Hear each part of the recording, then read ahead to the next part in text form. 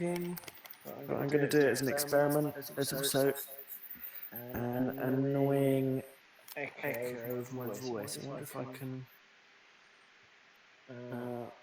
stop that. That'll be a bit less insane. Right, I think, in theory, the microphone's on, but I can't hear it, which is good. So I'm just mucking around with my polyhedral stuff. I found an interesting combination here, which I'll roll this back so I can explain it a bit better. So I'm starting with a cube, and at any point, let me just make the brush a bit smaller. At any point, I can draw that out into the scene. These are the modifiers you can add to those. I'm using one that's a bit unusual because it doesn't, it's not symmetrical like the others. It only works on faces with an even number of sides, and it just splits from the first vertex to, well, if there's 4 vertices on a face, it will pick the second one, so 0 to 2, or if there was 6 vertices, it would be vertex 0 to vertex 3. But basically, it slices it in half, but by vertex count, and you can see on a cube you end up with all these the faces just diagonally split. But it's kind of unpredictable because when you apply other modifiers on top of that, there's this kind of asymmetry. Normally all these operators work, they preserve some sense of the original symmetry, but because the first thing we've done is kind of this arbitrary split along faces, you get some shapes that are quite interesting and kind of a little bit asymmetrical. And I've just been going through and trying different combinations of modifiers on top of this split modifier to see what they look like. And you get some work better than others, some are peculiar. Truncate was very peculiar. Now I'm cheating a bit. These faces aren't flat. So you're getting kind of weird non-planar faces on the edges. But it's interesting. And then as a third modifier, I'm trying what's called canonicalize, which tries to just, if you imagine blowing air into the polyhedra so that all the faces all the vertices try and align with a sphere, and all the faces try and become flat, and all the edges try and become equal length. It does the best job it can of making it an irregular, messed up polyhedra, something more symmetrical. And so those three together give quite unpredictable results. And some very peculiar results with some of them. And kind of unstable results, like we're getting these weird glitchy shapes happening.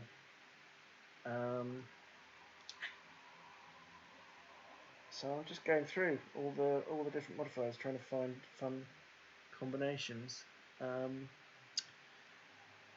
Always starting with the cube, because I think I mentioned that split faces relies on having an even number of vertices on every face, so that it can kind of split a face. You can't split a triangle very easily, because if you start from one vertex, there is no opposite vertex. So that rules out of the platonic solids, that rules out 3 of them. And the remaining one, the dodecahedron, I suppose I could rewrite split faces. It could split from one corner to an arbitrarily pick one of the other vertices, but I don't know. I've restricted it so it only works on faces with an even number of vertices, and in this case, the only platonic solid that fulfills that is a cube. I could, of course, go for non-platonic solids, like the Archimedean solid. Let's try the beautifully named rhombicube octahedron. And yeah, there's a lot of square faces here which can get split. Let's roll these back and you can see what's happening. So it leaves the triangular faces alone and then splits the square faces along a diagonal. So that might give some interesting results. I kind of preferred starting from the cube in a way, because we've already got, if you start from a more complex shape, you've already got a lot of complexity baked in before you really begin. So yeah, trying to think of the next simplest shape we could go to would be maybe a prism, because prisms have got a nice set of square faces around the sides. So I mean, obviously a four-sided prism is a cube, but a three-sided prism is even simpler. Let's see if you get any. Let's try our old favourite truncate. Yeah, that's kind of weird. Look at that. Now, when you actually draw them, you notice it can't. The way I'm rendering shapes in Tilt Brush is using the convex hull for each face, so it can't cope with these non-planar faces. So they immediately turn into planar faces. So it's not quite. You don't get quite the result you expect. Let's try sticking Canonicalize on after that, because that should give us almost planar faces. Oh god, no, what's going on there? That's just crazy. My the Canonicalize algorithm is a bit fussy sometimes. It sometimes just doesn't do what you think it's going to do. Yeah, we're in crazy territory now, really. I don't know what half of this stuff is kind of a bit out of control.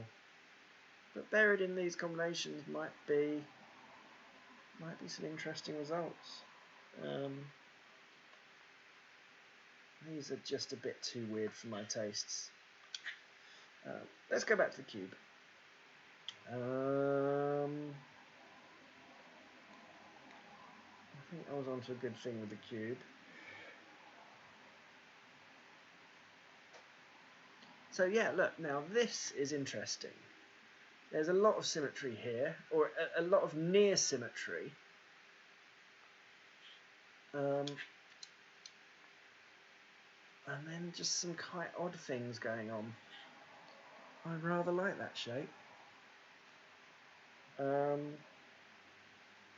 Now, an alternative to Canonicalize is Spherize, which basically just pushes all the vertices out to sit on a sphere. And that doesn't... It's more predictable than Canonicalize, but it doesn't create planar faces. The faces can end up quite odd. And of course, because we're using the convex hull, you get even more unpredictable results. But, you know, I don't hate it. It's kind of almost makes me want to write a script to just churn out every combination of these three, you know, and just end up with a whole set that I could browse at my leisure. It's a bit tiresome sometimes going through all the combinations, and then you forget the really good ones.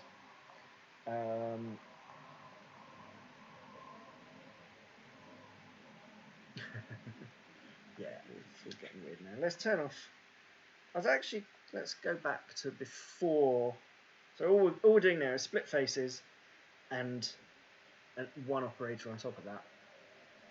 And you get some quite nice results from these. I think the Canonicalize was a bit too unpredictable.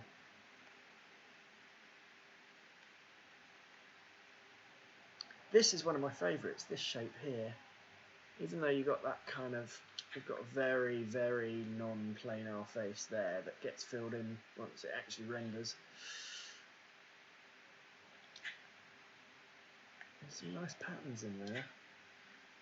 Of course, we don't have to use convex hull. I could switch to a kind of a brush that doesn't fill in the faces, and you get to see the internal structure a bit better here. Let's make my brush size a bit bigger. That's a bit too thin. Oops. Got to turn polyhedral back on. Shame about these overlaps here. Actually, there's a way to fix that, which is that you've got that flickering because there's Z fighting going on, where obviously it's tracing each face and there's a shared edge, so they line up exactly. So you get polygons that are drawn in almost exactly the same position, and you get that flickering. But if I use my last modifier slot and use face scale, you can actually add a bit of separation between the faces, and you can see the result there is kind of more pleasant, because there's none of this Z fighting between the edges anymore. Let me get rid of this. I can just spend hours mucking around, you know, and finding kind of unusual shapes. It's just fun to think that maybe some of these shapes have never existed before, and that they're not astonishingly complex, and they look familiar, but this might be the first time this particular combination of near symmetry has ever been done. I do wonder though. I've already stumbled across something that's very familiar.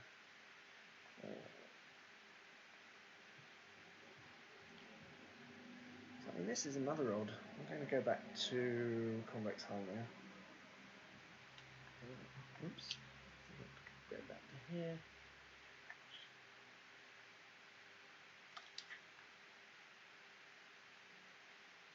So that looks like all the faces are planar. So this should.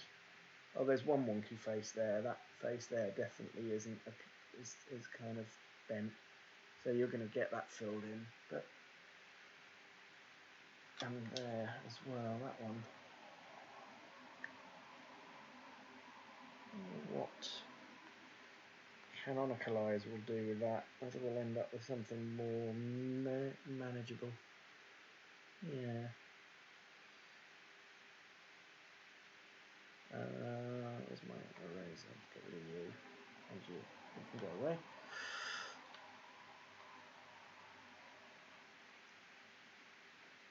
Oh, a peculiar little shape, aren't you?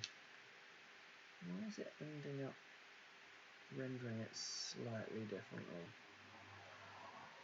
Is that the same? There's a crease there that I wasn't expecting. It's not in the original. Yeah, anyway. Yeah, I'm going to stop now because just meandering through weird geometries. And this was more of a test of the streaming, so I'm going to stop the streaming now and check whether any of this actually worked. Cheers, bye.